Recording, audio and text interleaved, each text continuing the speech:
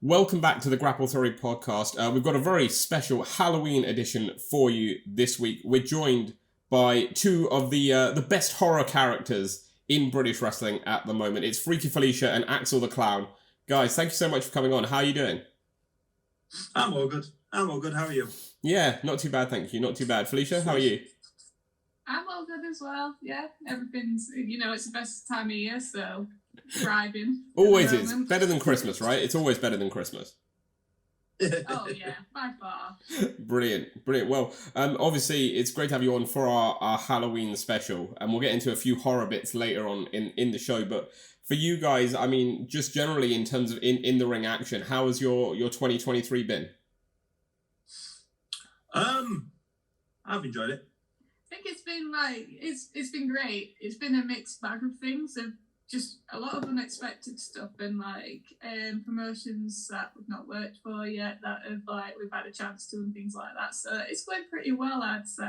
Yeah, that guy that makes me make you feel good in a way of when you're debuting for new promotions. It's like, oh, we're climbing, we're getting out there a bit more. People are starting to recognise us, sort of thing.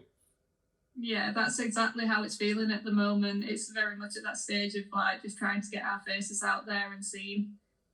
Yeah. Are there any particular sort of moments or highlights that stick out to you? I think the biggest one for us both personally is the first Pursuit show that PPW put on in September.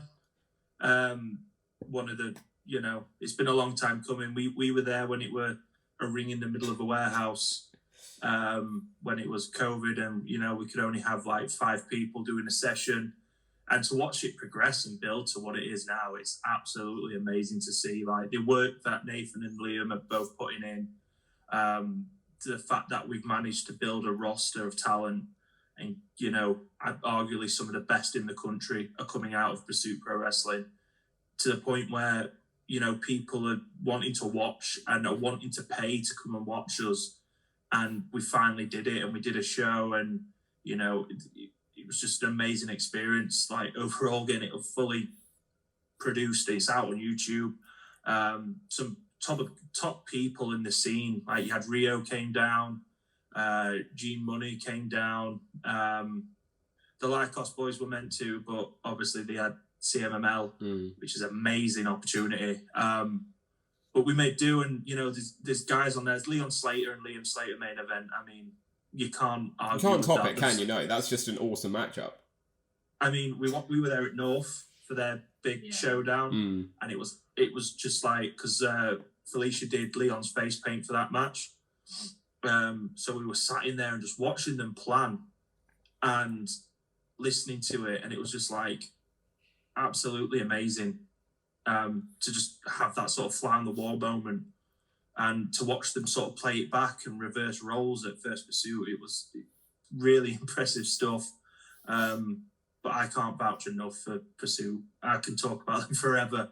And the guys down there, there's so many guys that are amazing, and you won't see anyone like that anywhere else. And it's worth looking at there. It's I always refer to it as the Argos catalogue of wrestlers. You need someone you can literally go onto the social media and be like, you're cool, let's get in touch, Yeah. What else did we get up to? You got up to some stuff in Tidal, didn't you? Yeah, I think it was known as the first Women's Rumble match at Tidal, and that was a nice opportunity that sort of came along, and it gave me the opportunity to work with so many women that I may have not crossed paths with before. So it feels like it's building them bridges and bonds with the community, which was definitely a highlight for me. I definitely I had some people in there that I also worked with before. It's on Spectrum, I've worked with Commander Sterling before, and she was in the Rumble as well, which I'm we definitely need to make something happen here. We'll make a bit of magic, because I feel like there's something that us two bring that's so unique. So it was nice to know that I had things like that I could do there. But then also learning about the other girls' styles as well was really interesting, especially because I think there was a few of them that was more from down south and down London, and it was nice to be able to mix the northern girls with the southern girls, and it was very much fun. Definitely loved it. No, for sure. I mean, I want to dive deeper into both of those promotions with you guys, actually. Firstly, Pursuit, because like we were talking about before we started recording, obviously we've had Liam on, and like Pursuit is like his passion project, right? And like he speaks so out of it, and you can tell how much love he's got for it and loves what he's doing with it. I mean, what can you say about him? Because I feel like Liam is like one of the best guys in British wrestling, but is super underrated for all the stuff he actually does. Like, and it's great to see him now seemingly like getting those plaudits for all the extra work he does outside of the ring. Oh, absolutely. Like, on a personal level, he's so nice. He's like such a caring and just knowledgeable human being. Like, you couldn't get a better human being than Liam.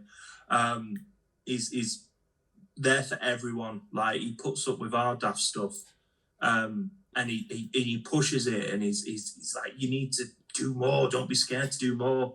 And I think he is definitely, without a doubt, one of the most underrated guys on the scene.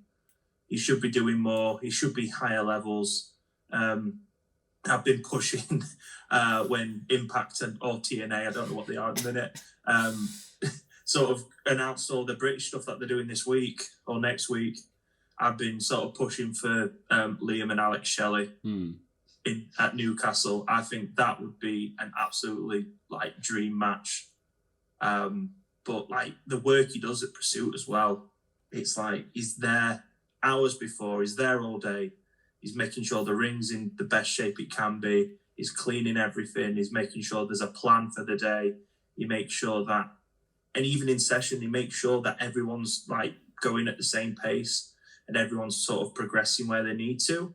Like, I'm a big advocate in wrestling that there isn't so many different types of people and styles of learners that you get in wrestling. So you'll get people that aren't as naturally gifted. You get people that aren't as naturally confident. You get people but they all share the same passion. They all want to do it. And I think you need to be a professional in this business. You need to be able to work with every single group of those people and notice where people need you to help elevate them. Because that's what this is about. It's about making each other look good. Yeah. No one wants to go out and, you have a match with someone and you come out looking really good, but then, you've made the other person not look as good.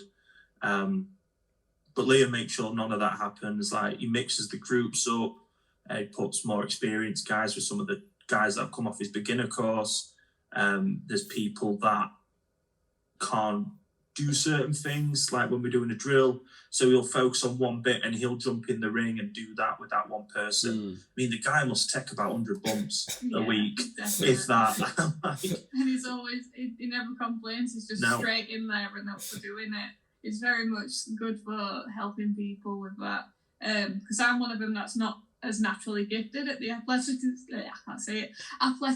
side and all that sort of stuff. And I feel like Liam's one of the only coaches I've had that's really got through to me about it. And like, he's broke it down in a way where I can understand it.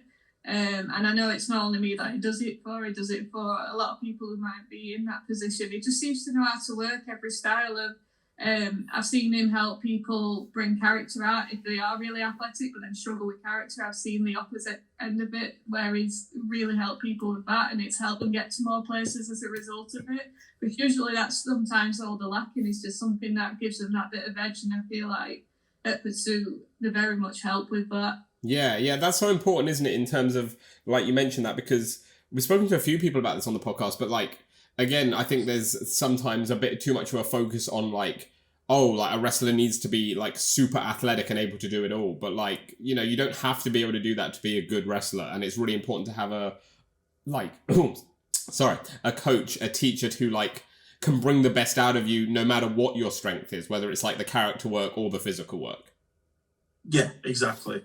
And I think, not everyone's going to go and make it and, be on some of the biggest shows over here or in America. But to be able to get someone to feel confident enough to, get a couple of smaller local bookings and be able to put together a simple match. I don't like calling anything like a simple match together that they know how to work, they know how to bump. And, sometimes that's all people want is just to be like, yeah, I've done it.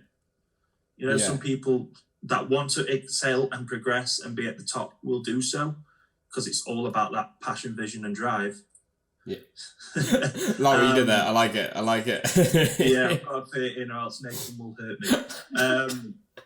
It's like, always get the tagline in. Always. Every podcast. Make sure. I've got to. But no, it's just a wonderful place, and everyone there is just so great. Like, Liam was away for a couple of weeks, and the amount of guest trainers that we had come down were amazing to learn from. One that stood out for me was when we had G Money come down. We sat and learned from him, and it was like someone who's at that top level. It was nice to sort of learn from another's perspective. We've had guys like Leon took some sessions, speaks for himself. He's doing absolutely amazing, and it's really good to see. Yeah. And then some guys that aren't maybe as well, are getting there a bit more now, like guys like B.A. Rose. Someone that I've known for a long while since I've started. He always helps people. Like he's very good with the new starters to help them with stuff. But then if you want to know some fancy power driver, he's just like, yeah, let's go, let's just do it. But no, it's honestly the best place I've ever trained. And the trainers are, you've got to have some good trainers, but I think the community is a big part of that as well. Like, we always make everyone feel welcome, no matter where you come from. So you get a lot of people from everywhere. Like, we had Mike Bird up last weekend with a couple of his guys, a load of guys from Hull and Evo and BWR come across, some guys from Birmingham, Kamikaze Way come up, literally all over this sort of Midland, Yorkshire area, and even south. Everyone's coming to want to train at Pursuit, and I think that speaks for itself. And there's guys coming from out of this country to come and train.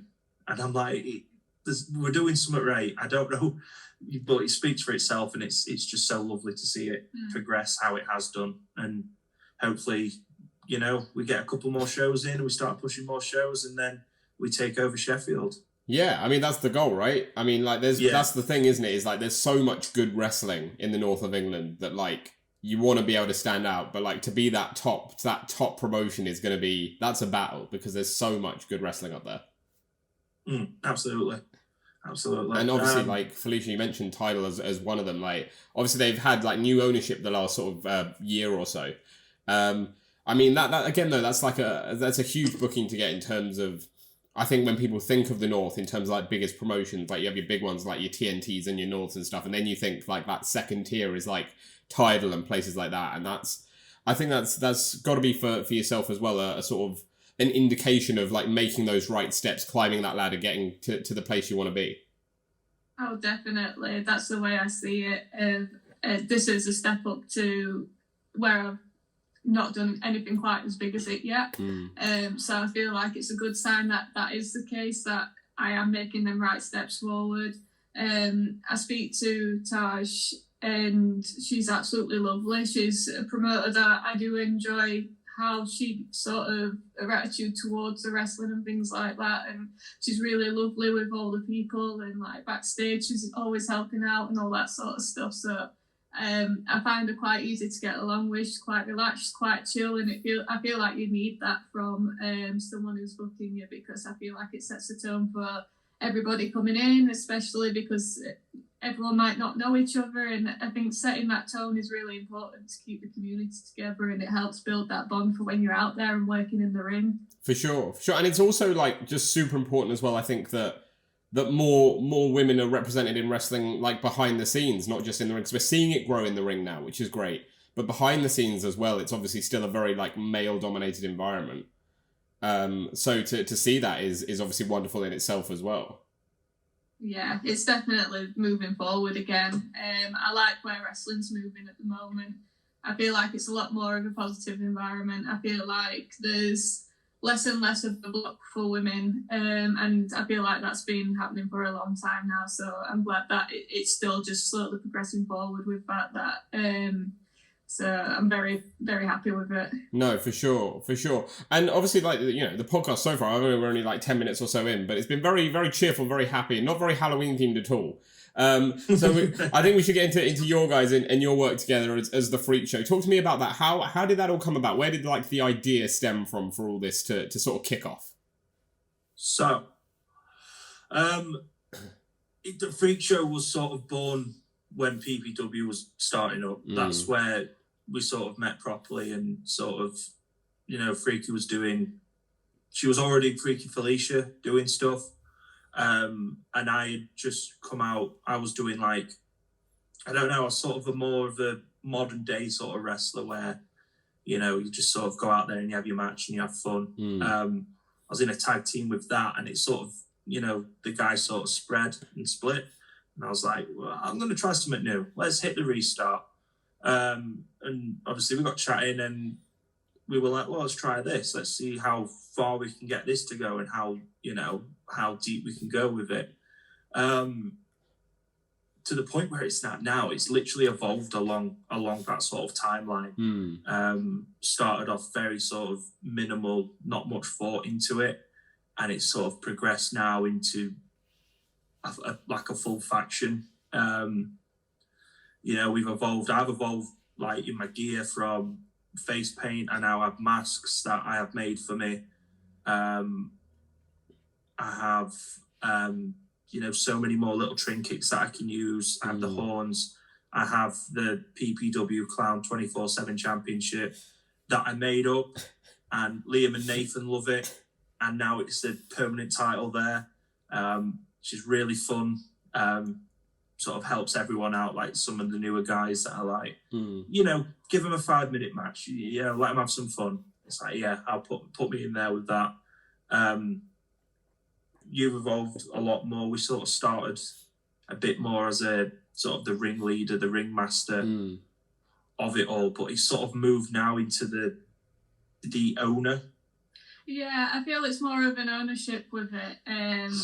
I think what's changed for me mainly is I did do the freaky stuff before, but what ties me in more now is I have a purpose to everything that I do. And I feel like that's helped the character go from just this starting out as a generic sort of ringleader to see where it goes into the owner of the Freak Show, where you can see a hierarchy sometimes in the matches of like I'll direct the others of what to do, but she's very family driven. So I think it's not that case of, oh, I am better than you, I'm the higher power than you. It's like we're working together, but I'm in charge. And I feel like that's sort of how my role's developed in there at the moment. Yeah. And then we've got a third member now as well, which I was the one that really sort of pushed for Jim to be in the Freak Show and be this strong man. I knew he understood the sort of direction that we want to go in. I felt like he fit what we want to go in, because I would like it to be the roles in it to be a bit more of traditional Freak Show of what you'd actually have. So we've got a clown, and then obviously I'm more of the owner in it, but the freak aspect is the thing that sort of ties in what it's all about. And then Jim is our new strongman as well, and he's got some sort of leopard print gear and everything like that. So it's working beautifully at the moment, and it's something that can also expand into other companies if we find anyone there that might be interested in it, that seem to fit one of them sort of roles. Then we are like open to having more people in there and developing and spreading out further. Absolutely. Whether they're permanent members or part-time, it's possibilities are endless with it. I was gonna say, who would you pick? Like, say, if you could have your choice of all of BritWres, who would you want to join the Freak Show? We're putting out an open invite now to anyone watching this, any British indie wrestler who might want to join the Freak Show. Who would you urge to join? Who would be your first picks? I think we semi-discuss stuff like this. I think sort of the ringleader role sort of moved on for like Freaky, sort of, as we say. We sort of based her off Elsa Mars from the American Horror Story Freak Show series. Sort of taking you down a freaky route, which is getting developed, but we haven't got a ringleader role, so I think there's only one person that fills that role, and that's Mr. Crowley. I think he would, obviously he's doing whatever he's doing and it's brilliant, but I think he would fit right in and be that forefront, be that vocal mouthpiece, which is tremendous at doing. Yeah, Who he'd be good at else? that. Who else could we have? There's always one that I always mention him, and he's closer to home with us. It would be Kemper. Yeah. He's just terrifying.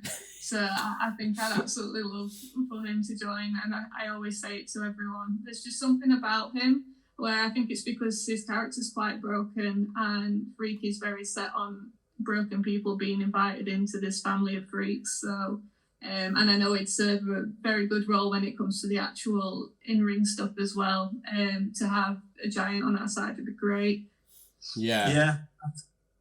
I just think there's loads of people that could fill sort of voids. I like Isaiah Quinn's work as well. I think he's got a lot of good ideas that I sort of see them do, and I'm like, I like that. That's cool. I think the next one I've got in my head that we need to sort of fill a niche for is sort of a full-time sort of like a palm reader, Mystic Meg sort of character vibe thing. Well, that would be cool. Yeah. Even if it, it doesn't have to be a female, it can be a male, but sort of, sort of psychic abilities kind of thing. Yeah, sort of that sort of mindset to sort of confuse people. Like, and again, it doesn't necessarily mean that your gimmick has to be this. It's if you show aspects of it, and if you sort of will fill a role well and fit nicely within what we're doing, then just speak to us. Like I just want to build a story. That's all I want to do. I want to tell stories, and that's all Axel does. Just messes about, tells a story. No, sure. I was going to say for yourself, like, in terms of, again, like you mentioned, sort of coming up as a different character, now morphing into this clown character. Like, what was your, like, because Freaky, you mentioned your sort of, like, inspiration there behind your character. So for Axel, for yourself, like, what was the inspiration you used, especially in terms of the fact that, like, your character sort of morphed into this? It wasn't, like, your original character. What was the inspiration behind it for you in choosing sort of, like, the look and how you wanted to be portrayed and stuff? Yeah. So it started off, there's a band called Avatar. Their vocalist, what I sort of originated it with, I was like, I kind of like that look. We'll sort of gel with that. Over time, we've tried to do the scary clown, and we realised it wasn't really working. So then, after a big long discussion, we sort of going down a more traditional funny clown, sort of tumbling, gags, whatever. And that sort of took on a thing of its own. So many inspirations. So big ones, Animal from the Muppets, and just Muppets in general. That's a big one for me. I sort of, obviously you've got Pennywise and sort of Killer Clowns from Outer Space. There's a lot of street performing clowns that I took a lot of stuff from. I've forgotten his name, but there's a guy that sort of goes around Europe, and he does a lot of random street performances where he just interacts with people that aren't part of his show. Okay. And it's really fun to see how his brain thinks and looks at someone and goes, oh, I can get a gag out of this. Which is something I've took on board to sort of look at someone that isn't sort of in on the gag, but I can turn that into a gag itself. Again, a lot of stuff on actual genuine clowns. Bozo was one that we've took inspiration from. He had an old American TV show like way back when. Krusty the Clown is another one as well. That's sort of the more the voice has developed within Axel, because before he was sort of very mime-esque sort of grunts and groans. Then it turned into a bit more gibberish where certain words would come out. But then we noticed that if I'm in there with someone that isn't as confident, or maybe someone that character doesn't shine as much as Axel does, I need to be able to control the sort of the situation. Yeah. So then we start talking more. So that's where the Krusty elements come from. He pretty much just Yorkshire Krusty the Clown. I'd say that's what it ended up sounding like. Yeah. No, I like it. And that's the thing, isn't it? It's like, you mentioned like sort of like the scary side not working as much and morphing into the funny, but like for clowns especially, I think that's like, a clown is a character that like, even the funny can be scary, right? Especially for people that like don't like clowns. It can just be like kind of intimidating anyway, so it's quite easy to morph into. Absolutely. It's a dip. I always refer to like the Clown or Axel as a different person because it's totally different from who I am, really. But it's fun. And like you say, like people generally do have a fear of clowns, and the masks that I wear are quite horror-esque because the person that makes them does a lot of horror stuff. So it does look quite scary and quite intimidating. But I like the fact that I can make people change their minds on that. It's first appearance, you come out and you think, it's a big scary clown. But then after, like, through the match, you're like, oh, I quite like this clown now. Depending on, obviously, on the role that I'm doing. But I like, I find it quite cool. And it's a bit more of a difficult task that I've put in front of myself to make people like me when I look the way I do. But I've not really found much difficulty. I think the last show that we did, I'm trying to think, I was with Freaky at Tidal. There were cheers as soon as we came out there. Planet Wrestle, that we've done a couple of shows with now, backstage helping, and then obviously getting that sort of that chance there. As soon as we come out, we were meant to be heel. We were against a postman that's giving out gifts, and I was meant to be heel. Nah, no one likes postmen though, do they? They're always late with your mail and stuff like. Well, that's it. Yeah. Am I really the bad guy? So it sort of went down that route, and I know Posty, like I've known him since he started training, and it just gets over, and I try my hardest to not let it get over, but because of the character it is now. And it's a very family sort of atmosphere at Planet. Although you have some absolutely belter of matches, when Liam Slater's on a card, it's going to be absolutely amazing. Yeah. But it's very difficult, I find now, to be heel. And I was always told, like when I started, it's a lot easier to make people hate you than it is to like you. But now I find it harder for people to hate me than it is for them to like me. It's sort of flipped 180 now, and it's I like it. It's fun, but it's putting just barriers there. But yeah. I think I'm nailing it. I think. Yeah, for sure. I think you both what are. helps with everything is just sort of if we stayed in the spooky zone with everything, I think we'd very much become one note. And I think it would be very restrictive. I think having this comedy aspect and actually looking at the roles of what each character does, like a clown is, there to entertain them, they're meant to be funny. I think that's what's helped develop us into being able to be so versatile and put different things on and make us stand out from what we were doing before. So I think that really elevated it and helped it. No, for sure. I agree. I totally agree. And in terms of the look, obviously, like, because you mentioned, like, Freaky, you mentioned doing Leon's, like, makeup before the North show. Like, I assume you do, like, your guys, like, your own stuff as well? So, yeah, we do our own things. That's quite cool. You can be quite, like, creative with it. Yeah. Pardon, sorry? Sorry, you can just be, like, quite creative with it, right? Like, you can just sort of, like... Oh, yeah. Yeah. In terms of, like, your characters and stuff, you can sort of mix it up a bit where you choose.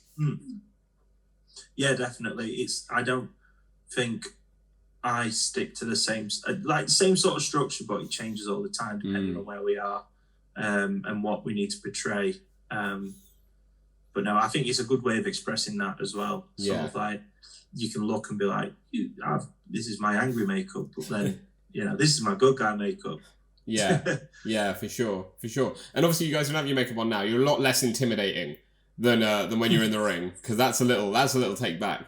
But in terms of, like, of course, the Halloween aspect of why we're chatting today, is that something you guys are fond of? Are you big sort of like horror fans generally? Yeah.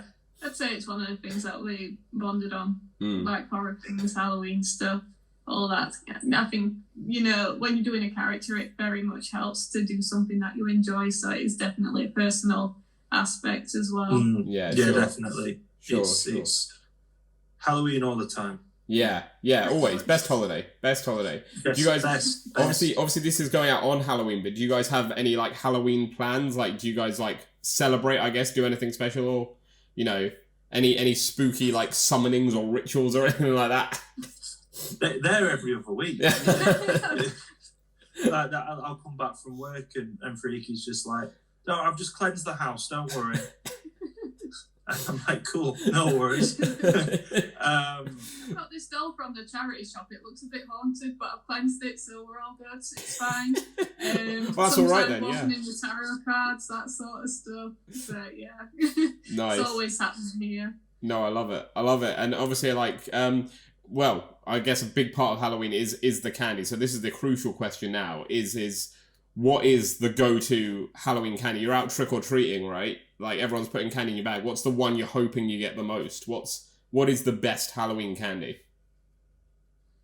Oh, usually for me it's any form of chocolate. That's, it's hard to pinpoint down, but any kind of chocolate that's not got nuts in it, I'm happy with. I'm trying to think. But there's got to be a go-to, right? There's got to be a favourite. Yeah, I'd say from past times that I've been, I always enjoyed a good Milky Way. That was one that I always enjoyed seeing. Nice. Underrated. Milky Way is very Marmite, I feel. Milky Way is like very Marmite candy-wise. Like, I know loads of people that love it, but loads of people that just can't stand it. I love a Milky Way. That's fine. Milky Way's decent. Yeah. I'm more of a sort of the more like sweet candy element of it. So, like, chuck a bag of Haribo in there, pack of Skittles, that'll do me. Nice. What is the best Haribo, though? Like, what's the best, like, thing in a Haribo? I mean, it depends. See, this is a crucial answer, because I know what I'd pick. I go for the fizzy ones. Oh, okay. A lot. So I like the little crocodile ones in them. Nice. They're pretty cool. I always go for the fried egg. Fried egg is like top tier for me. Yeah. Saying that, we had some sour skeleton Haribo at training, and I slowly got addicted to them. So I need to go and find some more. The quest for the skeleton Haribo. That's it. We must be trick-or-treating then. Someone's got to have some around here somewhere. That's the new promo video, right? Like, you dress up like as Axel, like you go around all these shops, like basically not mugging people, but like really aggressively, like, where are the skeletons? Like, just getting more aggressive as you can't find them. I'll add you to the credits for that one. I think I'm gonna steal that. That's fun. I like that. Yeah. Feel free. No, I think that'd be good. Again, like your guy's character works itself so well to like your promo stuff and things like that, because you can like again just have so much fun with it, I imagine.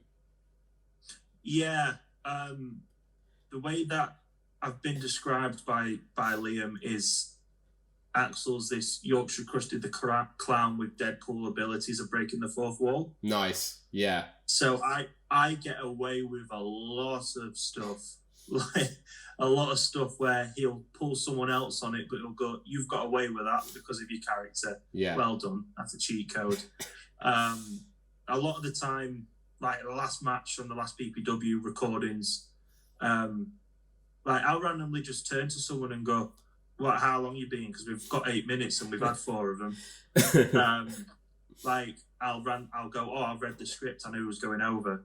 Little stuff like that you can sort of throw in there, because people, we have to sort of make them believe it, but for the people that they're like the dads that know it's not real, they'll be there going, yeah, it's funny that. Yeah. It's like that, like, not inside joke anymore, because kayfabe's not really a thing anymore with social media and stuff like that, but you know what I mean? Like, I mean, it can be, but it's less of a thing now. So like it's like it's like those moments are just funny, right? When you're referencing the fact that we know it's all scripted, like I've tried to go full kayfabe with the character, but it's a lot of effort. Like I don't get how like people that do it. Yeah. Props to them, but for me, it's too much effort, and it's just a bit of fun at the end of the day. Exactly. But I like having that sort of freedom and that sort of that fourth wall breaking. It makes promos a lot easier. It makes matches a lot easier.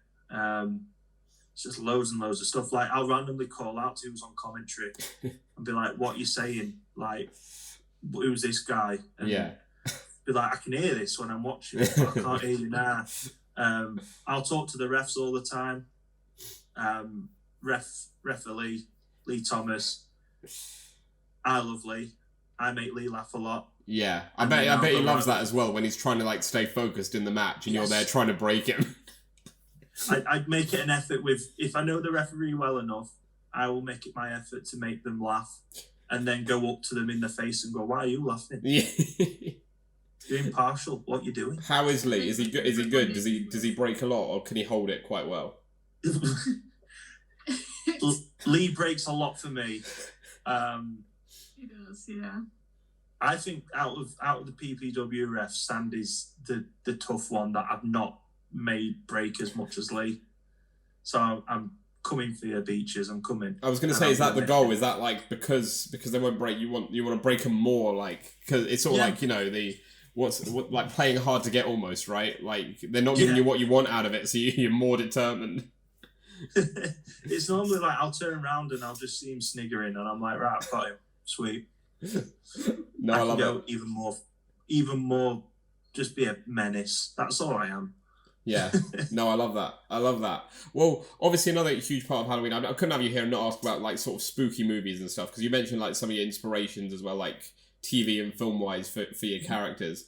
But for anyone watching, again, this is going out on Halloween. So if anyone's not picked a movie yet, people are arguing about what movie they're going to watch. And feel free to disagree with each other on it, but what are the 3 best Halloween movies, do you think, in your opinion? We've made it a tradition that we have to watch the original John Carpenter Halloween. Nice. That has to be on. Yeah. Pumpkin carving at the same time. Love it. I feel like it's the most appropriate film for it. Very therapeutic. Yeah. Really get the anger out. I don't know. There's always a random assortment of stuff on. I always go for the iconic ones if you've not watched it before. I feel like you need to watch Michael Myers, you need to watch Freddy Krueger with Nightmare on Elm Street, you need to watch Jason and Friday the 13th and get to know like who the sort of main staples are with it. I've got a friend that's like sort of easing into it at the moment, and it depends what the scare levels are as well, because I feel like Scream's not as bad for if you are just starting. And my favourite one by far that I'm always going to stand by is It. Nice. Whether it's the first movie, the second one, or even the Tim Curry version, that's always going to be my favourite. Yeah. So I'd highly recommend that on Halloween. Yeah. There's some good picks. There's gonna be. I think Axel's still thinking about it. You look like you're still thinking about it, pondering. I mean, I've not watched Freddy vs. Jason in a while. That's probably going to be one. But then there's so many good TV series as well that you can watch. There's a load of like stuff on even like YouTube and like mini horror films that are about 10 minutes long and all independently done. And I think they're like some of them are just just put that on and turn the light off and watch something that you have no idea what's going to happen with it. Yeah. The best one, I don't know if you've seen it, in my opinion, the best one is the guy, I can't remember what it's called, but it's the guy that gets hit like with the spoon over and over again. Yes. I can't remember what it's called, but you know the one I mean?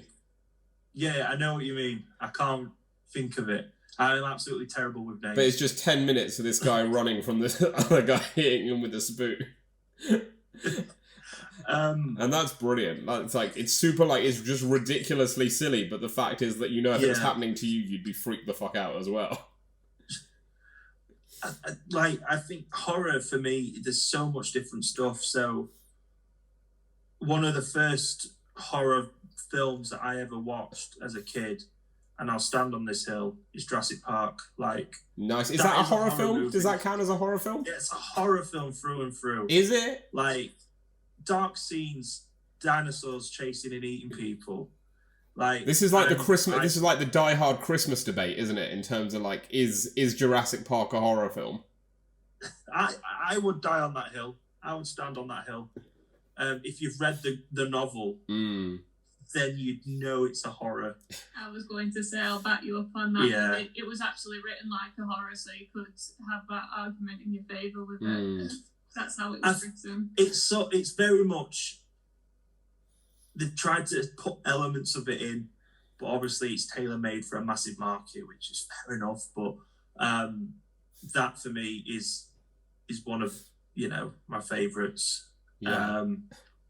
What else? What else have I been watching? Like there's so many series, like Hemlock Grove's a good one. Yeah. You showed me that one. Yeah, just they're very creative and they do try and stick to practical if they can. We always think practical effects are better than CGI if it can be helped, because it just has that element of freakiness to it, and like it's very much, you can believe it's more real, and the ways that they do it just makes it so strange. I think it always adds to it. Like The Fly.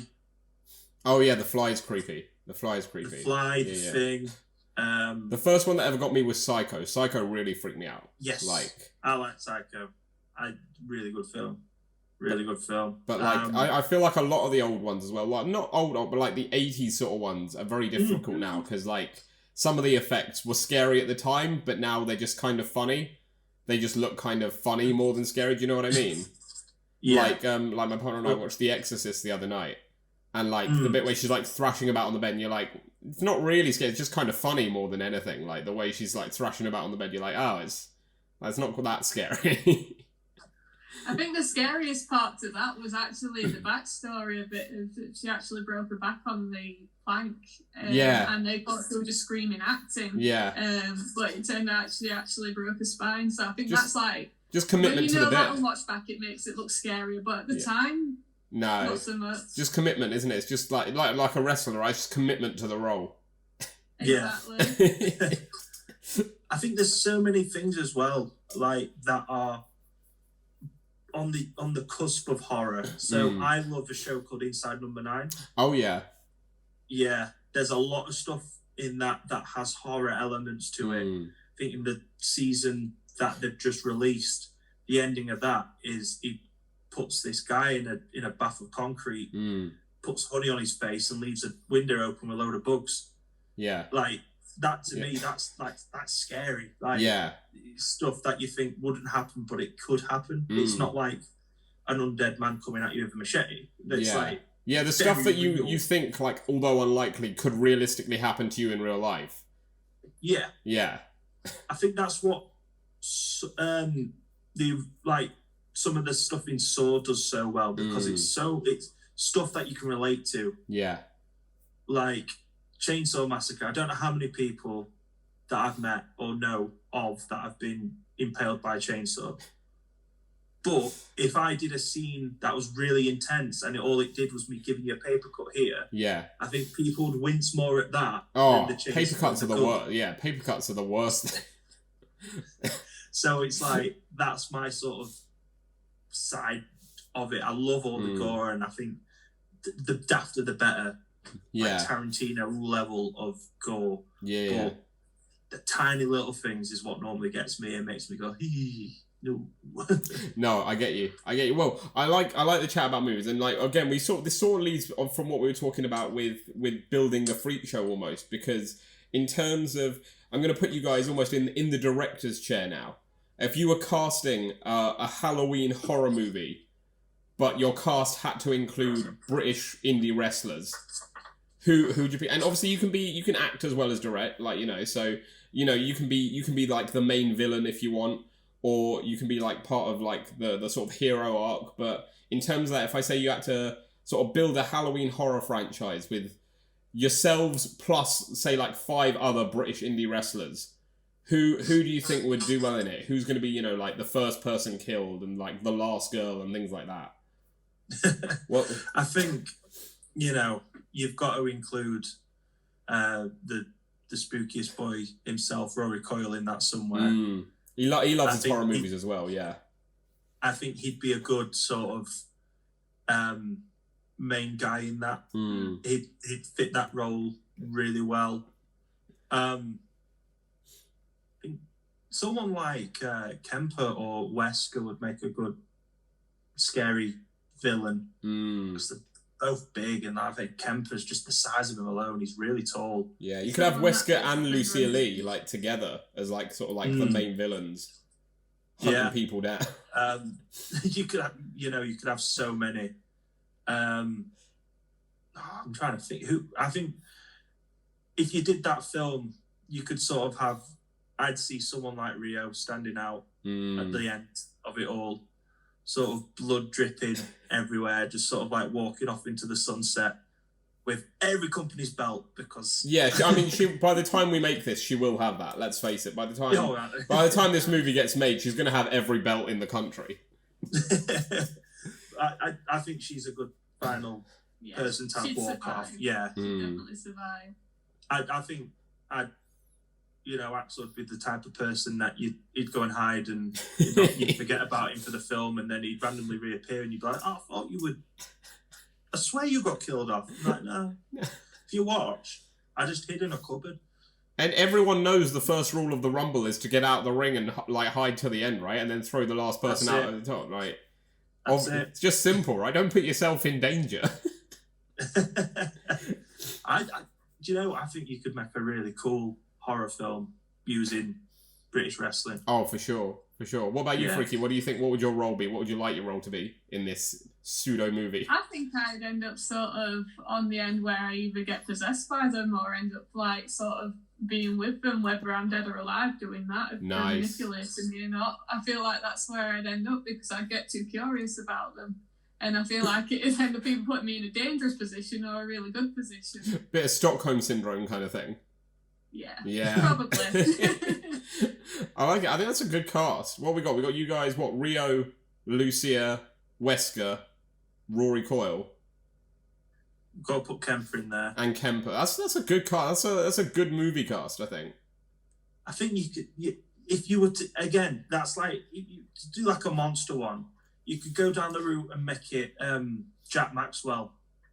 He's like just a silent killer. I think that would be an absolute, like if you did like a sort of a horror detective thriller sort of monologue film, Maxwell would be absolutely perfect in that role. Yeah. I just want to just cast everyone. Yeah, you got Detective G Money as well. We can't forget him. Oh, he's already a thing. He's already a thing, right? You can't. It's That's enough. it. Having killed one at Lycos boys off. Who's done that? Maxwell. There you go. Oh no!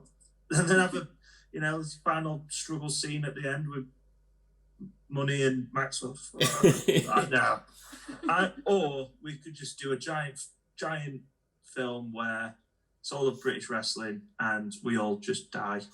Yeah, BritWres. That's the perfect ending, right? At the end, just pops up. BritWres is dead. Yeah. There we go. Like the ABCs of death, I think it was. It goes through each letter and something that could be a death. You just do. Oh, that'd be a great video as well. Yeah, just do it with different wrestlers. Yeah, all the different ones. Yeah. Just like a 3-minute video. It could literally be someone gets in the ring, go for a sunset, and they slip and get impaled on a really awkwardly placed metal rod. Yeah. Easy, right? That's it. Easy. No, I love it. I think we've got a good movie here. I think this needs to be made. If anyone's watching who can make it, this has got to be done.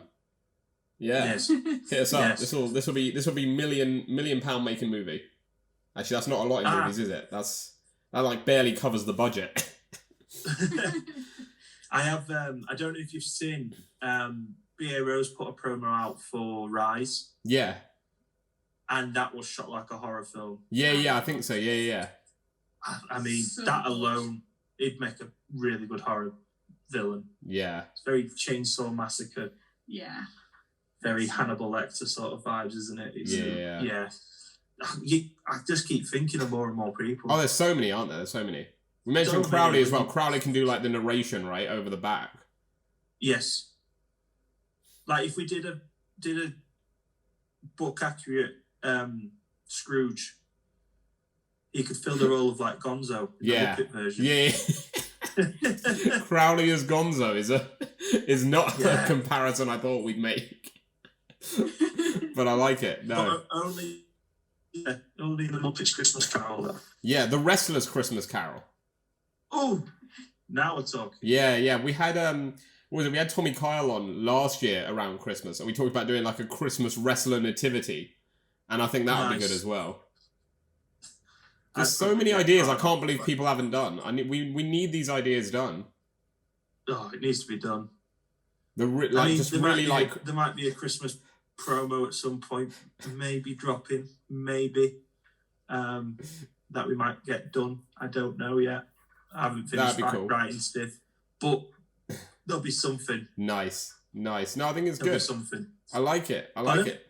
No, I think we've got a good movie on our hands here, and we've got a full franchise. Yeah. I was gonna say, like, immediately we're talking about it, and in my mind I'm like, Resurgence would do this well. I feel like Resurgence would host that sort of event quite well.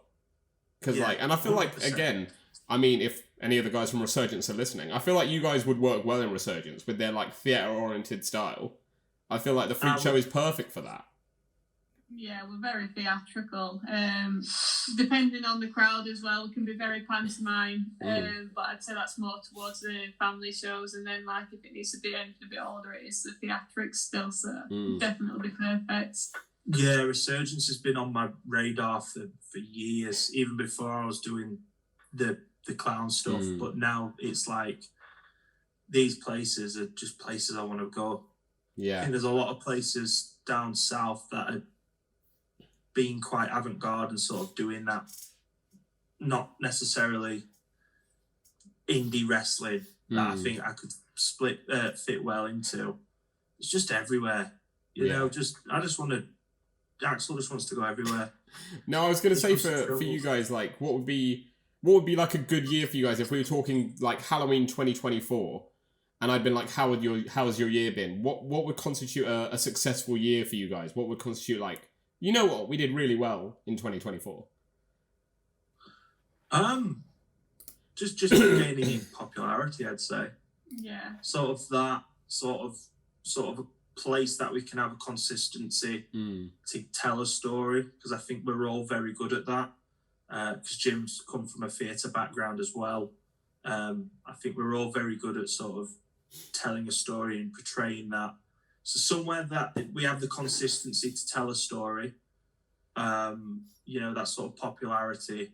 It's like we want the Freak Show to be sort of a household name and be able to be like, oh, the Freak Show's going to pop up here, and then we're going to travel down and we're going to show up here for like a couple of weeks, and that's how we just want it to be. I'd say, and as long as we're having fun, that's the main thing for me. No, of course. What about you, Freaky? And obviously, everyone wants to win a belt. So oh yeah, that's why we do it. So do you know what? That one's not really popped up on my radar of thinking about having a belt, because I know you can make an impact with sort of without having one. I'd say the main thing for me is getting seen in these companies. When we were talking earlier about the like certain stages, is to keep it at a certain level and keep going up from there. I think that's the main goal for 2024, is maintaining that standard and actually going, like, seeing how far we can take it. Nice. And just running with it. Yeah. Yeah, I love that. Well, we got a couple of like closing features here on the podcast that are not so Halloween themed, but still little fun features that we like to end with. And this is more like quick fire. So given your guys' connections with Pursuit, the first one is called, because we've spoken a lot about all the good about Pursuit, but now we're gonna get into some of the nitty gritty, because this is called Dishing the Dirt. And we're gonna have you dish some dirt on your Pursuit locker room mates. So I'm going to give you some scenarios, and I want you to know from you which wrestler first comes to mind for each thing. So, okay. So the first is that one. Like, do you want one each, or? If you agree on one, that's fine, or you can say separate ones. It's not really a problem. Cool. The first one is who's always running late? Who's always the one that's like the last one in the locker room, say like before a show for training and stuff? Would you say Radu? Yeah. I was gonna say, I don't know. Yeah, I'd say Mr. Vampire, Radu Bulak. Yeah. Yeah. Fair. The next one is, and again, this is all subjective. You know, we've got to remember that this is all subjective because it's all different opinions. But this is now like, shoot, who has the worst music taste? Ooh. Does anyone put any music on, like, in the locker room or on road trips where you're like, what is this? Nathan Black. Yeah? No, terrible taste in music. What is it? What are we talking? No, it's... Yeah, I'm sticking with Nathan Black. Come at me, bro. What sort of music are we talking? What does Nathan listen to? Oh, he likes his old American diner sort of Elvis and Elvis Costello and sort of that sort of vibe. Right, the real like throwback like 50s stuff. Yeah, like it's good for a couple of songs, but we've had over 3 hours, Nathan. Yeah, it's enough is enough now. No, that's fair. The next one, what is the next one? Oh, my screen's gone blank. What is the next one? The next one is who's the comedian of the locker room? Who can you always count on to make you laugh the most? I'd say you kind of sit in that position. Yeah. It's same at training and things like that. Especially with a lot of the newer guys that take to him. With, I think you make people laugh a lot.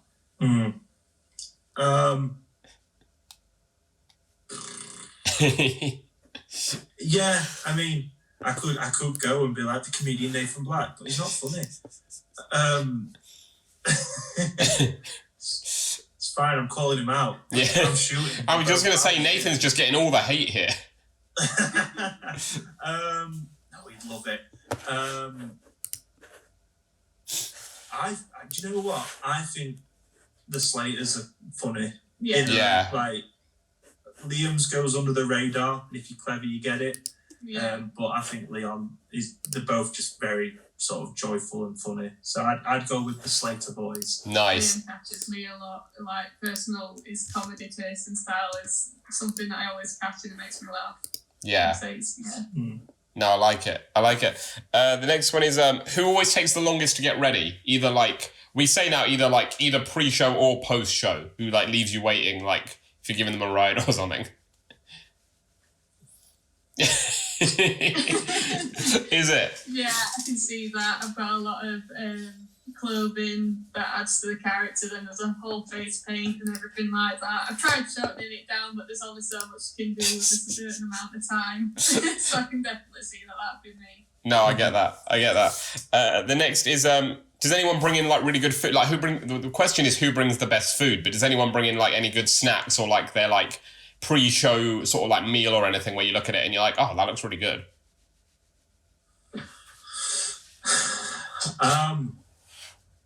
In the last couple of times at the tapings that we do, Ellis Barker's always come in with like some sort of like rice meal, normally mixed with like chicken, and I look at it and I'm like, don't leave that there because I'm having it. Yeah, yeah. If you leave it unattended. Yeah, I'd say Ellis Barker with that one. Jay Vertigo's another one. He always comes in with a Dunkin' Donuts coffee. Nice. So that's a trigger as well. That's like you've been without us. Yeah. Like, how dare you? Yeah. One of them for me would be specifically. I remember at Rise, Nina came backstage with some kind of prepped ready meal, and it just smelled banging. So are we talking talking Nina Samuels? We are talking. Yeah, Nina Samuels is like, especially down here in the South, like Nina's the one that everyone's like, oh, like Nina's like the queen of like baked goods and stuff as well. And she started bringing them. Yeah. She started bringing them to shows like to sell like with her merch, and like they go so fast. Like she's really good. Like I've had a couple before, and like her baking skills are top notch. I'm going to have to try. Next time you're on a show with her, mention it because she's a very talented baker, very good. Nice. The next one is okay, and again I call it dishing the dirt. There's not really too many like bad things on this list, but this is like the one that I say could get you some heat depending on who you say. I feel like you're going to say Nathan Black already just because you've just dogged on him so much already. But we're not talking in the ring now. We're talking shoot. Everyone's left. Like, they're leaving for the day, walking out the locker room. Who has the worst dress sense? It's probably legit Nathan Black. I don't know. I don't think there is. Like, everyone just dresses how they want to dress. I like how Nathan dresses. I love his style. I think it's great. It's quite gaudy, isn't it? Is I it? love gaudy stuff. Yeah. It works. Do you know what? I don't think anyone's really got a bad dress sense. No. I think everyone sort of matches, like, you sort of know how people are going to dress. Like, outfit, and I'm like, yeah, I see that. No one walks in with anything and you're like, what is that? I can't really talk a lot of the time. I'm normally just some shorts or skinny jeans with Vans and a band t-shirt. I get you. That's literally myself. See, I would say myself just because that's been my style since I was like 14 and it hasn't changed at all. Same. Like, I mean, actually, no, that's not true. It's added wrestling shirts to the collection. Like indie shows. Because I used to be all like WWE until I was about 14, 15. Then I started going to indie shows and now I'm all indie. So like, that's it. It's band t-shirts and wrestler t-shirts and jeans. And that is my style year round, summer or winter. Yeah. For the last 15 years. You don't need to change it. It's a classic. It's a timeless look. It's a go-to. I love it. Yeah, I don't really think there's anyone really. No, I very much appreciate that everyone has their own style, and I love that you can be yourself with it. No, sure. Very much just encourage that. Yeah. We may look scary and horrible, but we're really positive people. No, that's fair. That's a very diplomatic answer, and I like it. The next one is, now we're talking in the ring, but it's on the better side of it, because obviously you guys are the Freak Show. But if the Freak Show had forgotten their gear and needed to borrow someone's gear, and we're talking a hypothetical one-size-fits-all scenario in the Pursuit locker room, whose gear would you guys look at and be like, I could pull that off. Like, that would look good. I could rock that. Not really thought about this. And we ask the key questions here. That's why. It's always the questions you've never thought of. I think I have an easy ticket. I'd say it's Jim Maguire. He's got the top hat. No. You've forgot all of you've forgotten your gear. You can't say Show, You've all forgotten your gear. So it's got to be a non-Freak Show member. Damn. Yeah, that's made it a lot more difficult. I think I could pull off a pair of Jack Bandicoot shorts. Yes. I could pull that off. That or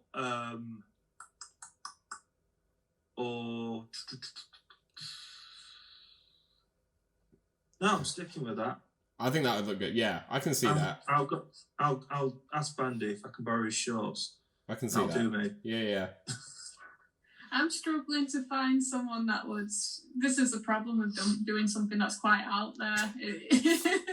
I'm not entirely sure, to be honest. It can be a completely it can give you a completely different character for a night. You know, that's the thing. It doesn't need to. You don't necessarily need to be you in it. Just whose gear you think you'd look like. You know would work for you. Who's got nice gear? I like Eve Bateman's gear. I like the blue and red one. Yeah. I think I could make that work. I do like the new black one she's got as well. But in terms of style, I think the blue and red one would suit me better. Nice. Yeah, I like it. Yeah. I like it. The next one is, I always say it's sort of like counterproductive to ask wrestlers, but who's the most competitive?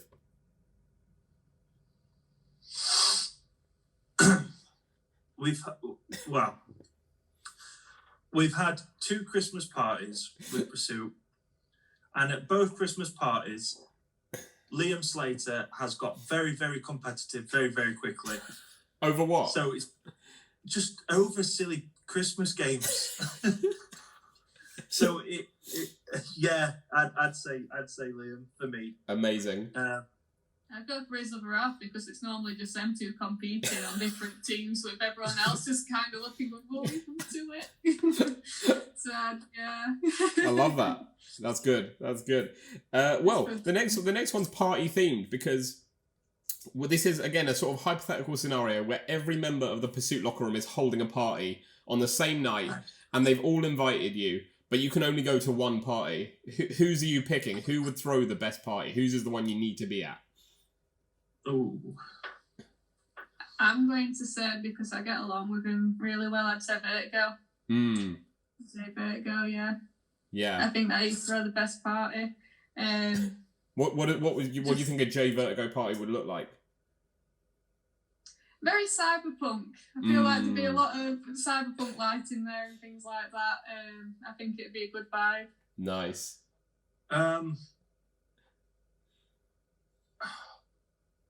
I've got to give it to him. I think I'd enjoy a Music Man party. That's true, yeah. It would be the performance, wouldn't it? It just dance to Elvis Yeah. for hours and just eat lasagna. Yeah. Oh, that's the go-to food, is it? Lasagna and pineapple sticks. Not together though, right? Not together. No.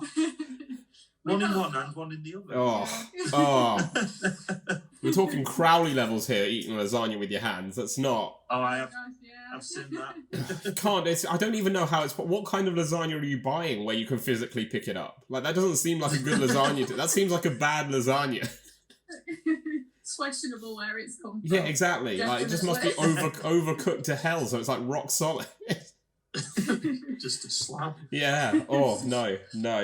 And the final one is, again, it seems almost counterproductive asking the Freak Show, because I feel like you guys would have, obviously you'd have each other's back in this scenario anyway, but if you needed a bit of help, who out of the Pursuit locker room would you want to have your back in the zombie apocalypse?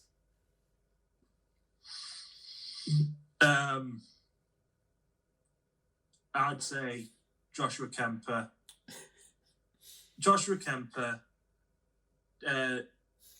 Jet Marshall, because I think he'd just lever them. He would. And he wouldn't care. I'd say, those two. Trying to think, he's got a really big car. The key things, yeah, actually, that's an important. Yeah, it's an important thing. No one's thought about that yet. Yeah, you see, there's always a context. So, I'd say Jay Vertigo because he drives lorries. Yeah. Nice. Yeah, stow you all in the back. Yeah, quick getaway. That's it. We could put a ring in it as well. No one's just practice while you're on the go. That's it. Why not? Yeah. No, I like it. No one's thought about the getaway idea yet. We've had people like feed people to the wolves kind of thing, but no one's thought about a getaway driver. That's smart. I appreciate that. I respect that. Yeah, you know, they had it that time in WWE where zombies came, so we've got to be prepared, haven't we? Yeah. Every scenario. You never know who's going to come out the locker room, right? That's the joy of wrestling is you never know who's going to appear. Yeah, I love it. Brilliant. Well, we got one final closing feature, and it's especially for, like tag team stables that we do it here, because it's a sort of wrestling version of Mr. and Mrs. Okay. So we're going to put you two on the spot and see if you agree or disagree on sort of like these aspects of yourselves. And I'm trying to find it on my notes, and I can't find it, so that's a bit awkward. There we go. There it is. I got it. Okay. So the first one is, and again, sort of, I assume you actually answered it before because it's who takes the longest to get ready, and I assume it's Freaky based on what you said earlier. Yeah, 100%. I think if I had a mask, it would help. Yeah. But it's very difficult to find one that works with what I do. You're too much of a perfectionist. Yeah, there's that as well, because I'm an artist outside of it. I've got to sort of represent that. Yeah, even if you had the mask, you'd want it perfect underneath anyway. Yes, definitely. Yeah, no, I get it. The next one is who's the better cook?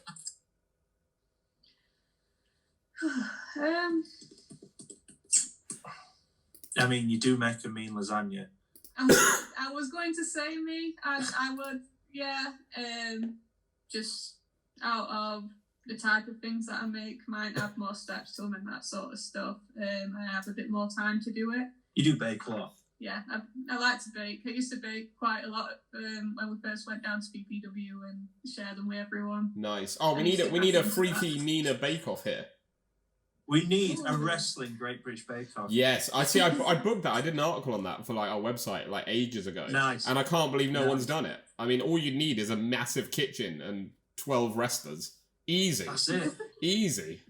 Couple of hosts. Yeah. That's it. People have got the money for this, right? It's simple. It needs to be done though. I think there's some good bakers in British wrestling. I think we'd have a competitive field. Yes, 100%. And you can add the wrestling in, right? You can add the like people just clotheslining each other to make sure like the bait goes in late or something. Body slam onto the bait. Yeah, exactly. You ruined my cake. No. I think that would make Break Off so much better. Just seeing Paul Hollywood body slamming Prue into a sponge. No, the other way around. You want Prue body slamming Paul Hollywood. No, I love it. Yeah, this has got to be. Why have they not thought of that? Oh, I have no idea. Why have they not put Prue Leith through a table? It's just bizarre. They need to. Channel 4, hire me for your creative team. I will make it happen. Health and safety gone mad. I'll body double for her. That would be great. That would be a great body double. Amazing. The next one is, of course, obviously we know wrestlers go up and down the country for shows. So who's the better driver? Me. Yeah? Because you can't. I can't. Yeah. Oh, easy then. Simple. I mean, you mean on a push bike, like. Yeah, but I'm not going to get many wrestlers around on that, am I? No, that's not. Yeah, that's not a very good like long haul ride kind of service. I mean, it would look Freakshow-esque if I had a lot of them on the back. It would. Oh, it would look good. I tell you what, that's another great promo idea. Like you guys all on the back, like piling on. That'd be. No. It writes itself, doesn't it? Oh, easy. The next one is it sort of goes onto what we were talking about food. But like, who has the best like sort of post show pig out meal? Who has the better sort of cheat meal, if you will? Or are you guys very much the same in that respect? Yeah, we always tend to. If we're with a group of people, we all just tend to go to the same place. Normally, there's like a car of like 4 of us. We travel a lot with J Vertigo, so it's like we'll just stop at like a Taco Bell or a McDonald's or classic, just somewhere that's open. That's the thing, isn't it? It's what's open at that time is the issue. Yeah. No, I get it. The next one is well, I assume it's pretty similar again, like the film stuff, but it's who has the better music taste? Ooh. Mine's weird. So I say you. Like, mine's very just suited to me. What are we talking weird? It's just such a random mixture of stuff. I don't have a genre that I sit on. If I like the song, I like it, and then that's it. Right. I noticed the ghost poster in the background. So whose is the ghost poster? It's sort of both. Right. I love Ghost. It's one we bond on, isn't it? Yeah. I love Ghost. They're so good, so theatrical as well on stage, like just brilliant. So much inspiration has been taken from Ghost. Yeah. And Tobias, I think he's such a clever man. And again, it's sort of like Freakshow-esque, isn't it? Because you've got Emeritus, who's like the ringleader, right? Yeah. And like that, like the others are like his like minions almost, and that sort of works quite. It just blends in beautifully. Yeah. Go on.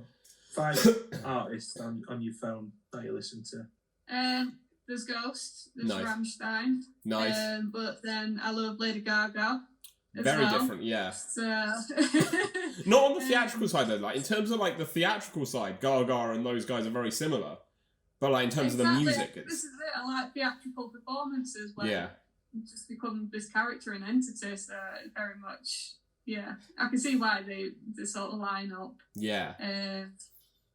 I can't think off the top of my head what the other ones are. Because I like the main 3 out of them that are more a sort of staple. Because like I said, I listen to a lot of random songs, so it can be all different artists in that retrospect. Yeah. Yeah, I think the other 2 that would fill that niche for you is either jump to Clubland.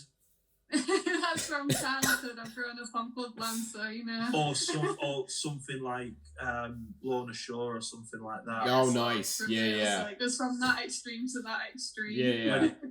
No, I love Lorna Shore. That's a good shout. We don't know what's coming. No, that's fine though. That's good. It's nice to mix up. It's always good, like exciting, isn't it, to not know what's next on the playlist. No, I like it. The next one is the next one. Well, sorry, we get into some like wrestling ones to end it. The next one is who, and I know you have very similar gear, but who would look best in the other's gear? And I'm talking like, again, like we're talking direct swap here, so that's why I know it looks similar. But do you think one of you would pull it off better than the other? Trying to think now. I think I'd pull your gear off quite well. Yeah. If I had the t-shirt on underneath, obviously. Probably. Yeah. Yeah. I'd like I to think I could pull off. I could, if we involve in the full freak show, because he's not here. But I think I could pull off the gym leopard print that he's been rocking at the minute. Nice. Who doesn't look good in leopard print, right? It's like Exactly. just makes anyone look good. The next one is oh, actually, it's the final one. It's and if you two faced off in a match, who would win? Oh. I'd say me. No one. No Double one. count out. Oh no, you can't go double count out. That's the worst finish. Double count out. Double count out, and we keep that going for ages, and then it ends on a backslide. Oh god, that's like the worst booking ever. Can you imagine? Like 4 months Imagine of if they, 4 months of no result, and then you end on a backslide. I'd probably say you. I just think I'd outsmart Axel as a character. Mm. I feel like I'm very manipulative as a character. So I've managed to get people to join the freak show. Why would I not be able to manipulate them into doing other things? I mean, Nice. I nearly lost a match to a game of hide and seek. So. Without me there, yeah. Yeah. So I'd say freaky. No, sure. Yeah. I like it. Well, I'm glad we rounded that off. I think it's important to know. just in case Axel ever thinks of betraying Freaky in any way, right? It's important to know that you wouldn't win that match. Well, yeah. Why try, eh? Why try? Brilliant. Well, guys, thank you so much for coming on the podcast. It's been a lot of fun having you here. I hope you've enjoyed it. Yeah, it's been wonderful. Yeah, really enjoyed it. It's been fun to actually get on. Yeah, Long time yeah. coming. Finally got it done, didn't we? We finally got there. I hope it was worth it. I'm sure it was worth it. But we always end with this a new feature that we've got where our last guest leaves a question for our next guest. So, and again, it's sort of one, because there's two of you, you're open to have a different opinion on it. But the question you've been left, and I'm not allowed to tell you who left it. That's part of the thing, for reasons I don't know why I thought up, but that's part of it. But the question you've been left is, if there was a Royal Rumble of every superhero, who would win, but you're not allowed to say Superman? Deadpool. Yeah, I can see Deadpool. Deadpool. What would Deadpool have, like, to get the job done, you think? The not dying aspect probably That's is true. Yeah, you don't need to die in a Rumble, though, do you? You just need to be chucked over the top. What Rumbles have you been watching? Yeah, that's a hardcore Rumble. Death to eliminate. I think, I don't know. It just find a way. Yeah, this is it. I feel like because I feel like I can take a lot of pain with stuff. And a lot of fourth wall breaking. You could just be like, pause. Let me just go and hide over here where no one would see me. And then just play the classic under the bottom out at the finish and charge, and then you get eliminated. Nice. See, I wasn't behind it, but you make a compelling argument. When you said Deadpool, I wasn't behind it. I was like, no chance Deadpool will win, but you make a compelling argument for it. There is a comic line where he kills the Marvel Universe. It's where he figures out that he's a drawing in a comic book. So then he goes and kills everyone. And then he figures out how to get to the people that are drawing him in the comic. So then he gets out the comic and kills the people drawing him in the comic. And then he figures out everything else, and he just destroys the universe. That's amazing. I've not read that, but that sounds brilliant. I like Very it. Fun. I like it. Excellent. Well, I know you've convinced me there. So yeah, I think that's been answered pretty well, that question, because I've been totally won over by your arguing for Deadpool. Hell yeah. Nice. Well, no, guys, it's been brilliant having you on. We always end each podcast by giving our guests one final bit of promo time. So, whether it's at Pursuit or Rise or Tidal or anywhere else in the country, if people see the Freak Show on posters, on social media, at a show near them, why are the Freakshow the stable to come and check out? It's entertainment. You're going to get entertained either way. It's going to be fun. You know, you get scared, you'll laugh, you'll cry, you'll feel every emotion. But we're there to entertain, and we have a lot of everything we do is for the crowd. It's for the audience at the end of the day. Make a crowd working. We're a lovely family. We'll come and take pictures with you. We'll sell you stuff. I'll steal stuff from you and then give it back. Yeah, I mean, you know, I don't think there's too many people doing what we're doing. And I think we stand out in a locker room, and you should just come watch us because we're all right. Yeah, because the appearance is just the start of it. Wait until you actually see what we're doing in action. It's very unique, and it's very fun, and it's very silly, and it's very different. Yeah.